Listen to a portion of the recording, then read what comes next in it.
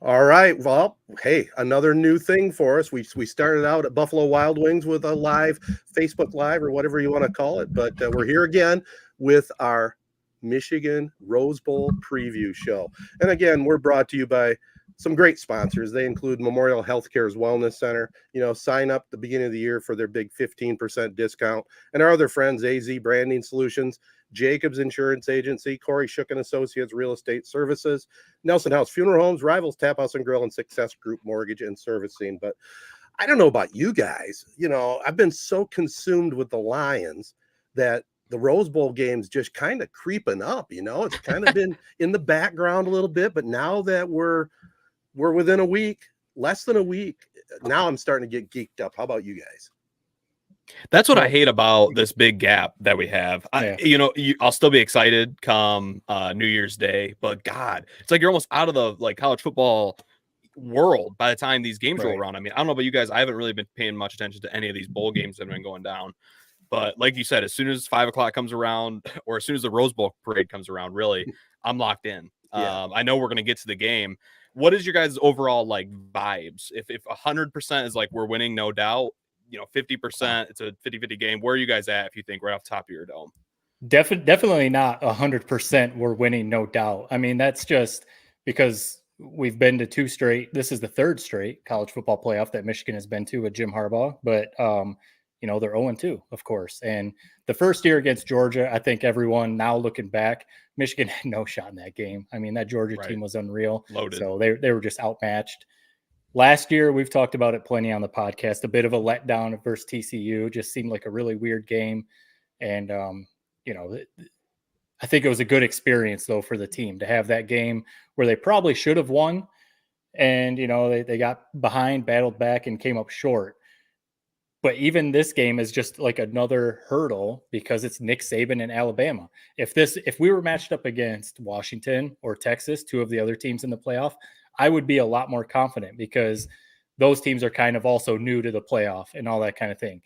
Nick Saban is, even if this isn't an Alabama team like the Alabama of old, 5, 6, 7, 8 years ago when they were in the middle of their dynasty, it's still Nick Saban in Alabama. So it's still the SEC champion. And for whatever that's worth, even if this isn't one of those traditional power Alabama teams, it's still Nick Saban in Alabama. So no, I am not 100% confident.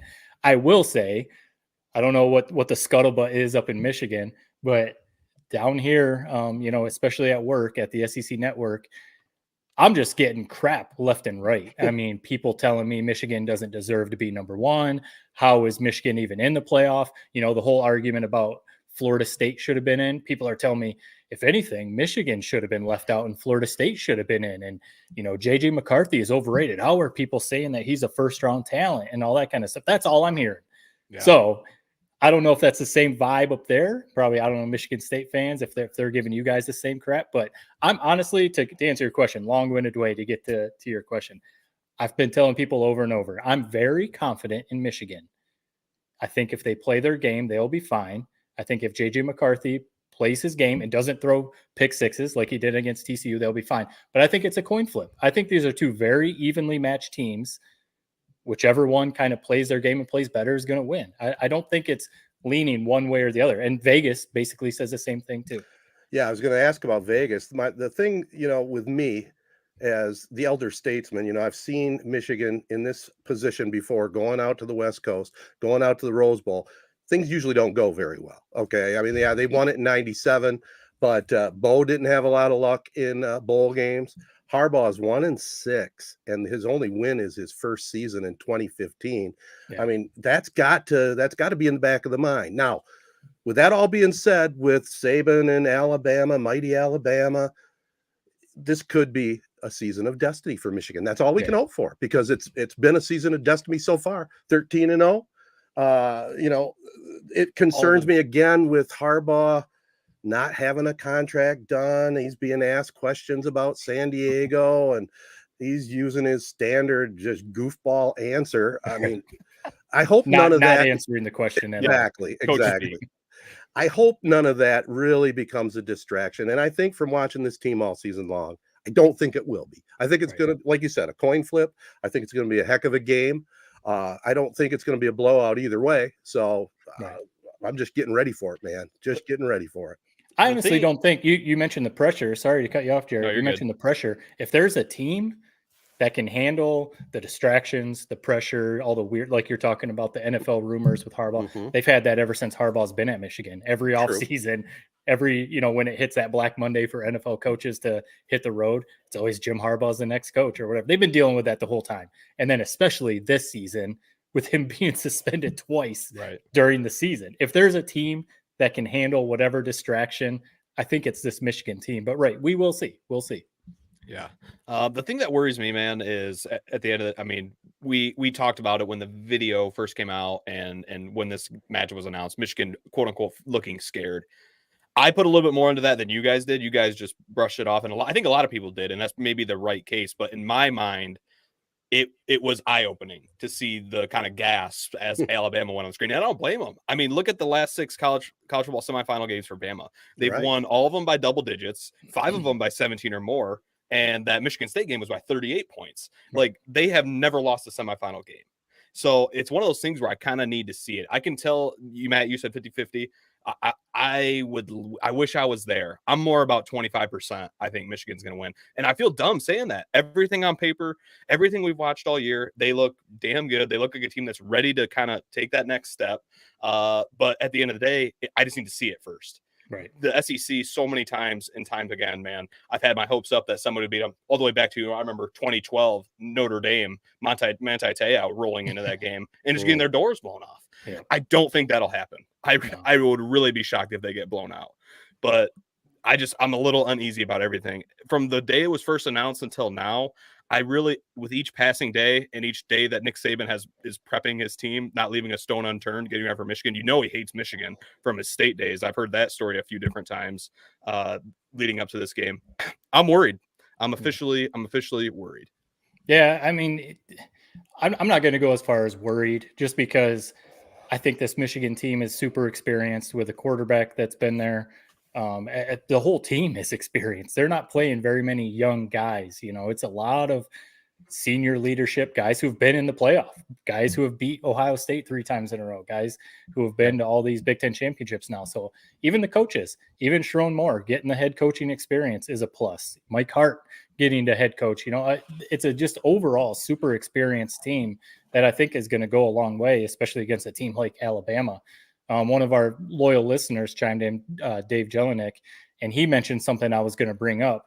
He mentioned that Alabama has given up 41 sacks this year, and that is definitely an area that Michigan needs to try and get after Jalen Milroe, Alabama's quarterback, because he is super athletic, can scramble. Usually those are the quarterbacks that give Michigan a little bit of trouble. But if they can pressure them, if they can pressure Milroe, I really think they can kind of make things uneasy for him, because I've watched a lot of Alabama games this year because of obviously where I work, and he's kind of an erratic quarterback. He's super athletic, really good, can run. He's rushed for about 500 yards this year, so he can run. But when he gets pressured, he kind of like gets off kilter and will make some wild throws and gets off his read, and he makes some crazy plays like he did in the Iron Bowl against Alabama that won them the game. But that's maybe where Michigan can, attack him, because he's not experienced. McCarthy's been there. Milroe's been at Alabama for a few years, but this is his first year as a starter, and he took over about halfway through the season as the starter. So I just think if they can rattle him, if they can get him off, making his first couple reads, but then they've got to be able to track him down too. So I think this Michigan team has the speed to keep up with him.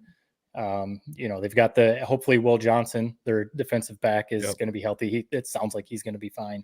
I think that'll be huge. But, I do think the people that are just like, how the heck is Michigan even in this game? This is going to be a blowout. Alabama's going to run them off the field.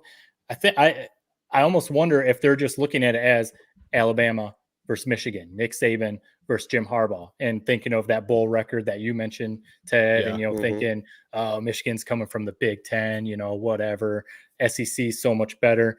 Because really all year, Alabama hasn't really blown anyone out. The only teams they've blown out were like Middle Tennessee State and Chattanooga.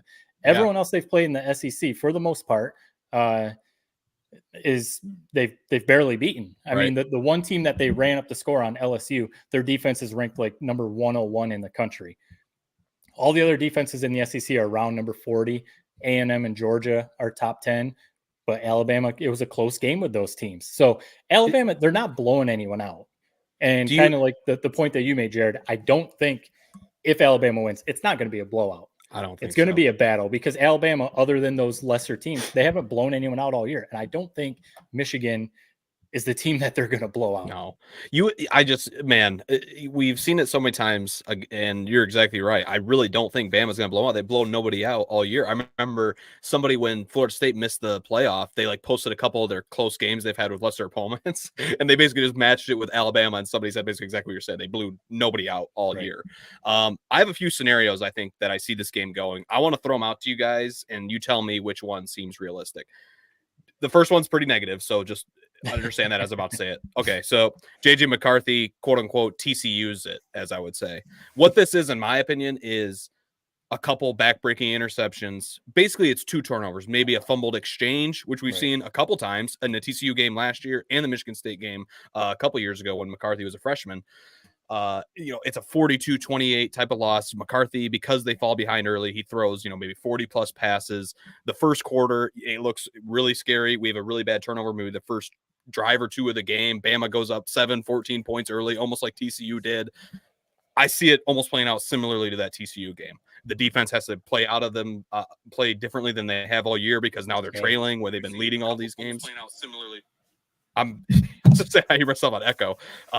Number 2. So that's my first prediction. Number 2, Michigan defense plays like they have all year, forces a couple Milroe interceptions. Honestly, I think the biggest thing, and this is so basic, but it's so true in football, it's going to come down to the turnover margin. And more importantly, it's going to come down to McCarthy and Milroe. If 100%. They let Milroe get comfortable in the pocket and they don't pressure him and he escapes a few, would-be sacks that would set him up for 3rd and longs and that type of thing, or if he scrambles out of the pocket on 3rd and 10 when everybody's covered downfield, that's what worries me. But I really think that there's a world where this Michigan defense looks like the defense we've seen all year. Jesse Minter, we need something to resurrect what was last year's TCU game. I don't know what that was from the defense, but we need to see what this defense has been in Big Ten play the last 3 seasons. How I would see that one going is similar to that McCarthy scenario where it's like maybe we force a turnover or a turnover on downs or a 3-and-out, one of those first couple drives of the game, set the tone, and McCarthy, McCorum, Edwards can kind of game manage their way to victory. The number 3, this is my last one. I don't think this could happen, but believe me, this is something that could happen. We look at each other and we're texting each other during the game like, we are idiots. How do we not see this coming? Michigan looks totally overmatched. Just SEC athleticism. I mean, from what I'm reading and what I've seen this year, Bama has 2 basically round 1 corners, and one of their guys, Kool-Aid McKinstry, basically going to be a top 10 pick in the NFL. I worry about our playmakers on the perimeter, Roman Wilson. I don't know. Our tight ends are going to have to play really, really well, but I could see a world where it's like second quarter, we're down 21-0 and it's like, what the hell just happened? The game's over before it even started. So of those 3, if you had to pick one prediction, what would you guys say? Again, 2. It's JJ McCarthy, TCU, Michigan defense plays like they have all year, played great, or it's Michigan totally overmatched. I'm with Ted. I would say more 2. I don't think it's going to be an overmatched. I guess the turnover thing, you never know, because I didn't expect McCarthy to throw 2 pick sixes against TCU either. Right. So you just never know about that. But I do agree that I think Michigan's tight ends are the big mismatch. I think Alabama's rush defense is really good. So I don't know if Michigan's going to be able to go like full Penn State mode and rush the ball 60 times and just win the game on the ground. I think McCarthy's going to have to win it through the air, and the tight ends are the mismatch because, like you said, Alabama has 2 NFL cornerbacks, and Michigan's receivers, while we like them, they're not like big playmaking Ohio State type receivers, So I think the tight ends are the mismatch. I say that though, and one thing that's interesting.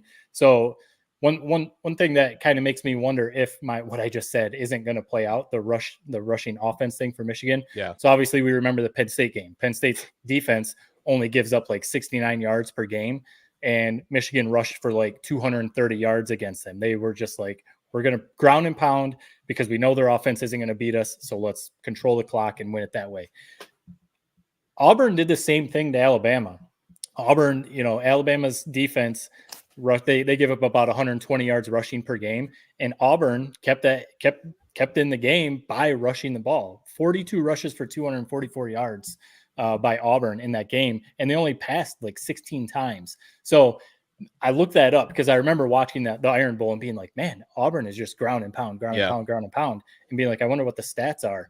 You remember Peyton Thorne, Auburn's quarterback now, who we remember obviously for Michigan State, didn't have a very good game. And so that's why they went to the ground attack. And I was kind of surprised because I was like, I didn't think that Michigan would go that route, but I wonder if they will look at the Auburn tape and think maybe this is our way to attack Alabama. But I don't think it is. I think you got to win with JJ McCarthy's arm. I think he's got to run, roll out passes, use those tight ends. I don't think they're going to go full rush 42 times, but I don't think they can. It is Jim Harbaugh. So yeah, I'm looking at this stat right now. 8 of the last 10 semifinal college football games have featured a team scoring 45 points. Mm-hmm. It's like we know Michigan's defense is damn good, but we saw it last year in that TCU game as well. It's like just something about these games, the month off to get prepped, give you your best 10 to 15 scripted plays, and you just light it up to start. I see it being a shootout, and I don't know about you guys. That makes me really worried. I know Milroe. I agree with what a lot of people are saying, that McCarthy is the best quarterback in the game. But something about Michigan, they do not like that. They're not comfortable in a shootout game like that. So I just worry about it. But I think it's going to be a great game. I think they're gonna mix in some new plays like all teams do when they're in this situation. The one thing that worries me about the running attack is Zinter. I mean, he's out. All-American lineman. That could be really big right there. Now, the backup, I'm sure, is good too, but not Zinter good. Right. I got a feeling they'll see the backup quarterback. What's his name again? That he was a scout team quarterback. Yeah. I think they're going to run some special plays for him, periodically in the game and try to get that running attack working. But I do agree. I think if Michigan wins this game, they're going to have to air it out. They're going to have to let it loose. And, their defense will play well. But I think it's all going to come down to, as it so often does, the team that turns the ball over less is going to probably win the game. Michigan's got to protect that ball. I mean, and to an extent, that's how the TCU game played out, right? If McCarthy doesn't throw those 2 pick sixes, and then if they don't fumble on the goal line when they should have scored early in the game, that's a completely different game. 100%. And that was so uncharacteristic for Michigan last year. McCarthy protects the ball really well, and their running backs don't fumble. So I totally agree. I honestly think I've probably said it on the podcast the last few weeks. I really think that it comes down to JJ McCarthy. This is his, as great as he's been. It's still funny to me to see people criticize JJ McCarthy. I still have people at work, like I said earlier, giving me crap like, really, JJ McCarthy, he's a first round quarterback, still saying he's overrated and stuff. Jeez. And I don't understand the hate that he still gets. But he hasn't. I think it's because I know he's beaten Ohio State, but we haven't seen it on the national stage. Right. Ohio State obviously is, and most people watch that game of any game of the entire year, every single year almost. Yeah. But at least to me, I think we got to see it in this game. If he does it in this game, I mean, it's like people will be like, "Wow, he should have probably won the Heisman." I don't know, maybe not. That's kind of what I mean. I think this is like we've talked about legacy games or whatever sport we've been talking about. This is a legacy game, I think, for McCarthy. If he goes in there in the Rose Bowl, which obviously is legendary for Michigan, Bo Schembechler, and obviously everything with the Rose Bowl, against Nick Saban, against Alabama. If JJ McCarthy goes out there, throws 3 touchdowns, 250 yards, rushes for another, some sort of day like that, then you put him down as maybe the best Michigan quarterback ever. Mm-hmm. If he goes out there and lays an egg again, kind of like last year, it's just going to be another coming up short type of thing. And I really don't think he's going to do that. Seeing how he fought back against TCU last year after those pick sixes, I think that's just a great. So I agree. I agree with you guys about throwing some different plays out there. Right. But when I was starting to say about TCU, remember they ran that weird double tight end reverse Colston Loveland on 4th down. It was like the Philly special, wasn't it? It was the Philly special with a freshman tight end that they had never ran all season. I hope they don't do stuff like that. Right. Good point. Stuff that's so uncharacteristic. Now, if you get Donovan Edwards back out there, we've seen him throw a couple passes, the kind of wide receiver reverse with Samaj Morgan, who some people in our comments thread have brought up. He's kind of a little bit of a wild card, stuff like that for sure. But honestly, I think you have a quarterback like JJ McCarthy, you go down with him. This is his 3rd year at Michigan. He's supposed to be a first-round quarterback. He was a Heisman candidate. This is where you give him the ball, and Blake Corum, and you basically say, you guys win this game. This is your game to win. And I don't think there's we've all said it. I don't think there's a world where they pound it down Bama's throat. They really haven't done that all year. They did it against Penn State somewhat. They almost were more so just ball control in that game than putting a ton of points on the board. I will be sick to my stomach if they come out super conservative, and next thing you know, they're down 14, and we have almost a replay of last year's TCU game where it's like McCarthy, when the defense is just expecting him to drop back and throw it every snap. And yeah, he might put up some good numbers, but at the end of the day, it's not winning football. I think genuinely, I really think Michigan has all the talent to win this game. Yeah. It's about the belief in that locker room. And there's no way for us to know if it's actually true belief that they think they can win this game. Yeah. I know I joke about that stupid video. Prove it on the field. Right. If they truly believe they can win this game, there's no reason they can't. And they definitely should. I mean, there's a reason they've been the number one team in the country, reason that Vegas has them as the favorite. There's a reason a lot of the Joe Schmo idiots are betting on Bama, because generally it goes the other way around. Vegas always wins, as they say. So, and with all those bets, the line really hasn't moved. You know, usually once all the money starts dumping on one team, you see the line start to move, and it really hasn't moved. So, and it's great. Vegas knows stuff. You know, I'm not a big. You're more into it than I am, Jared. But you know, it's crazy how often Vegas gets this stuff right. You know. Well, think about it. I mean, the Michigan State Bama game from whenever that was, it's like State was a 10-point underdog. I mean, that's a Big Ten champ that beat Ohio State, did everything Michigan did this year. They must seriously think that this Michigan team has something to them. Yeah. Again, we've circled it 500 times. McCarthy, show us what you have. If you're getting comp to Andrew Luck in the Rose Bowl, it's time to make those plays that give you that comp. Well, and not only that, okay, the X factor is Jim Harbaugh. Jim Harbaugh, I think, has something to prove, whether he stays, whether he goes. It's up. He's going against the GOAT. You know, I mean, Harbaugh's got the high credentials himself, but he knows Saban's up a little higher on that ladder than he is. Sure. And if Harbaugh preaches the right message, you know, they come into that game playing the chip on the shoulder. They come in with confidence. And like we've all said, you know, don't turn the ball over. Don't do anything silly. I think talent-wise, man for man, they definitely can beat this Alabama team. And that's what I'm going to, in my mindset, leading all the way up to Monday, 5 o'clock, I'm thinking confident. I'm thinking this is karma, the Wolverines' year. They're going to get it done. They're going to go to that damn Rose Bowl, beat Nick Saban and the Crimson Tide, and move on to the national championship game. That's where I'm leaning right now. All my thoughts are focused on that.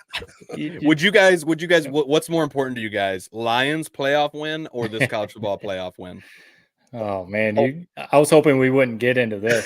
No, we don't got to go to the Lions rabbit hole, or the Lions rabbit hole. But what do we think? I will say this all the way. I will say this, Jared. If you phrased it as Lions Super Bowl or Michigan National Championship, I'm going Lions Super Bowl. Yeah. That's where I would be at. If you phrase it as a Super Bowl versus this, then it's hard not to say Super Bowl for the Lions. I mean, the misery that franchise has been through forever. And it feels like, you know, Michigan, where they're at, they could be back next year, especially with the playoff going to 12 teams. Yeah. You know, they can be back in the playoff, but you never know if this kind of season is ever going to happen again with the Lions. So, I would lean Lions Super Bowl. But, no, it's a huge deal because of everything you said. Jim Harbaugh might be gone next year. We really have no idea what's going to happen. And while, yes, the program's in a good place, and people are saying, like, if Harbaugh leaves, you just hand the keys over to Sherrone Moore because he proved it. If that happens, you have no idea what direction the program's going to go, because if Jim Harbaugh leaves, he's been the staple of this rebuild. No matter where the program is established, no matter how good of a coach Moore could turn into be, you have no idea what's going to happen. So I think Harbaugh, as much as he loves Michigan and cares about Michigan and probably his legacy at Michigan, I think he knows too, because Ted, you listed the bowl record. People bring that up a lot when they talk about Harbaugh. He hasn't won in the playoff. Yeah, okay, he's won some Big Ten championships, but his bowl record is terrible, and hasn't won a national title, hasn't won a Super Bowl. Like, he does all this great stuff, but he hasn't won the big one. Even as a player, you know, he has that kind of criticism. I think it's a big deal to him. If he can beat Nick Saban in Alabama, I mean, once you get to the national title, you want to win the national title, but it's almost like it doesn't matter what happens in the national title. Get past Alabama and Nick Saban and let the rest play out. But You got to think confident, Ted. You said it. You can't think otherwise. Exactly. So all the people at work, when I work on the Paul Feinbaum show, I just tune out all the noise and I just keep all the positivity coming in. Here, you said it perfectly, Matt. It's this year or bust. It is. Yeah. I mean, I don't care. I don't even care what happens next year. Think about everything that's going Michigan's direction. They brought back basically every player from a college football playoff team last year. They've had 3 straight years of college football playoff experience. They're going against the SEC team in Bama. That's one of the worst in my lifetime, probably.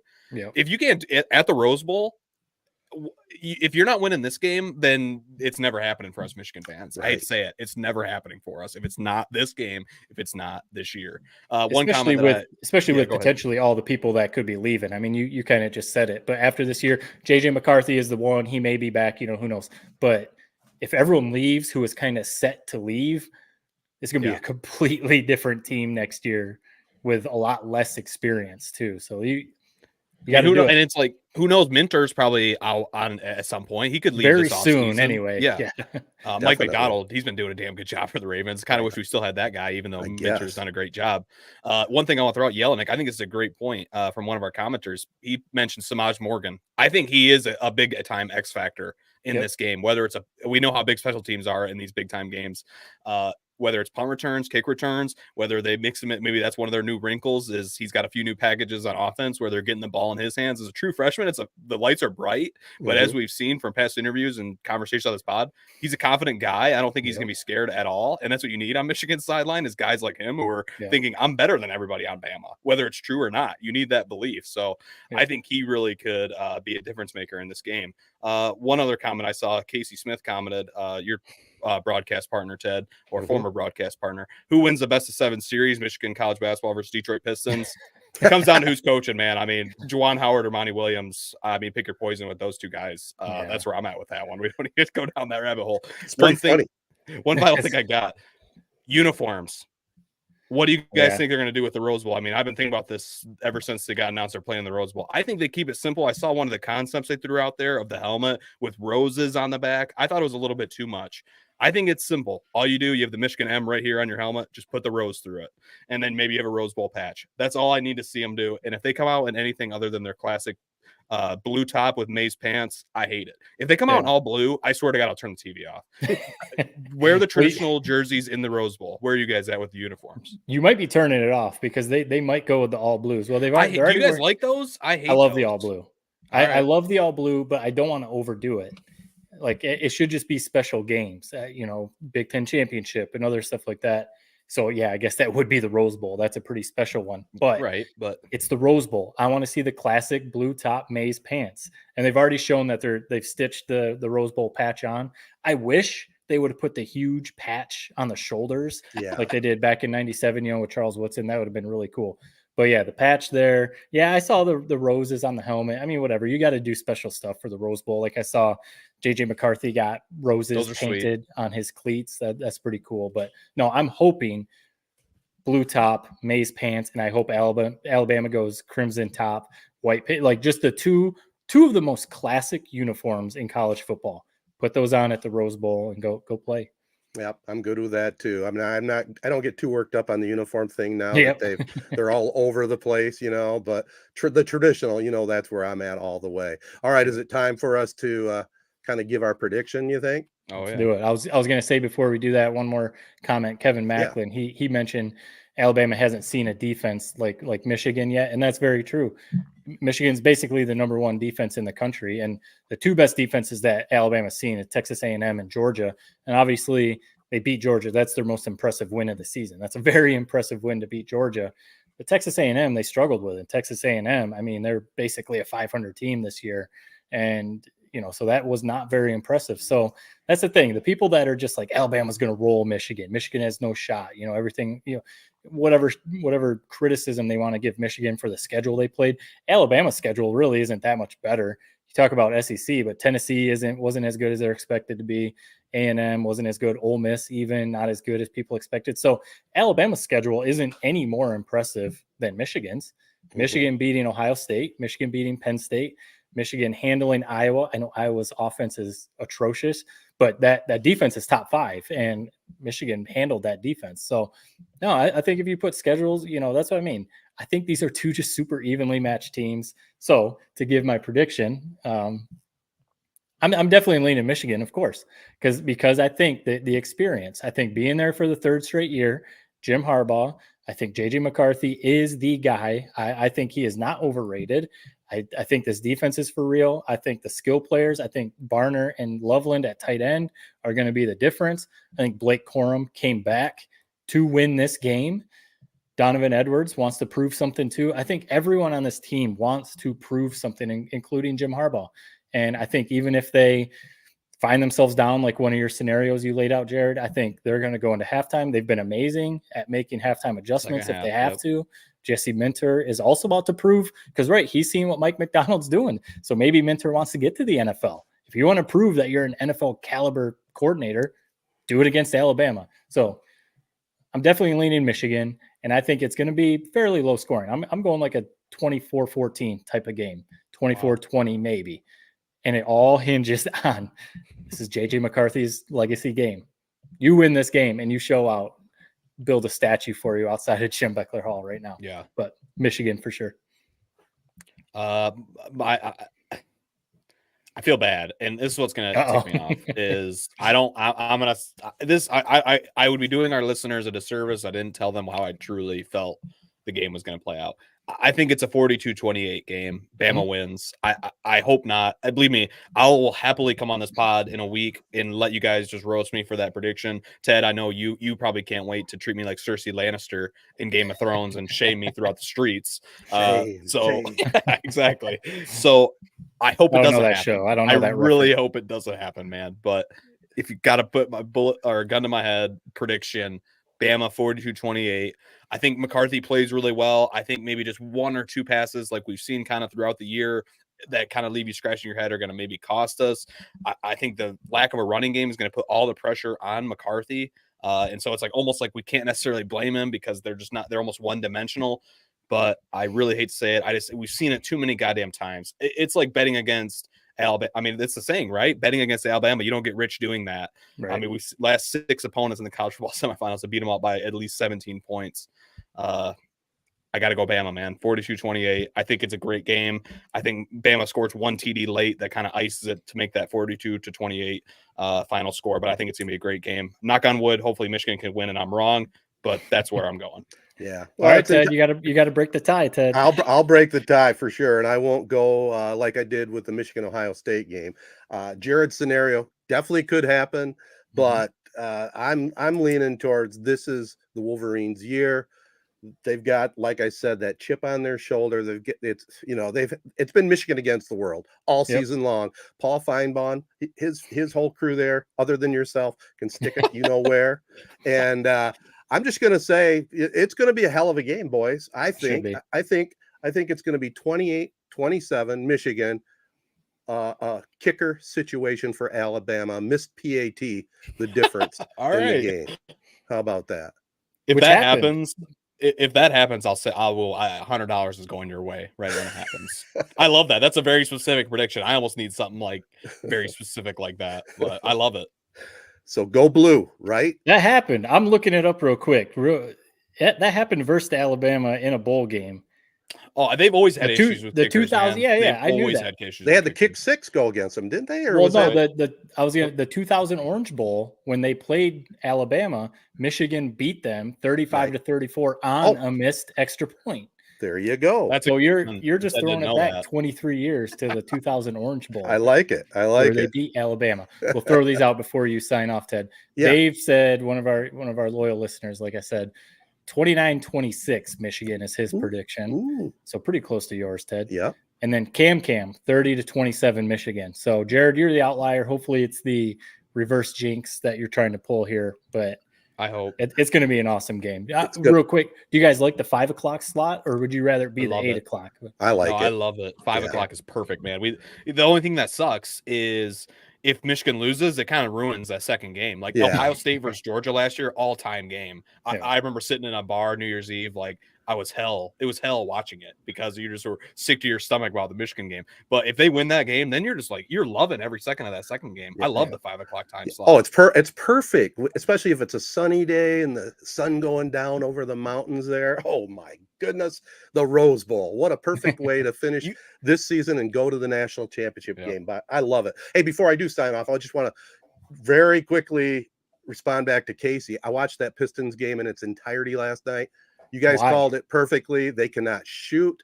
They don't play consistent defense. You know, Cade, he's a guy you can keep around, him and number 0 there. But other than that, clear house, man. That team is awful. Duran? Yeah. Number 0. Yeah.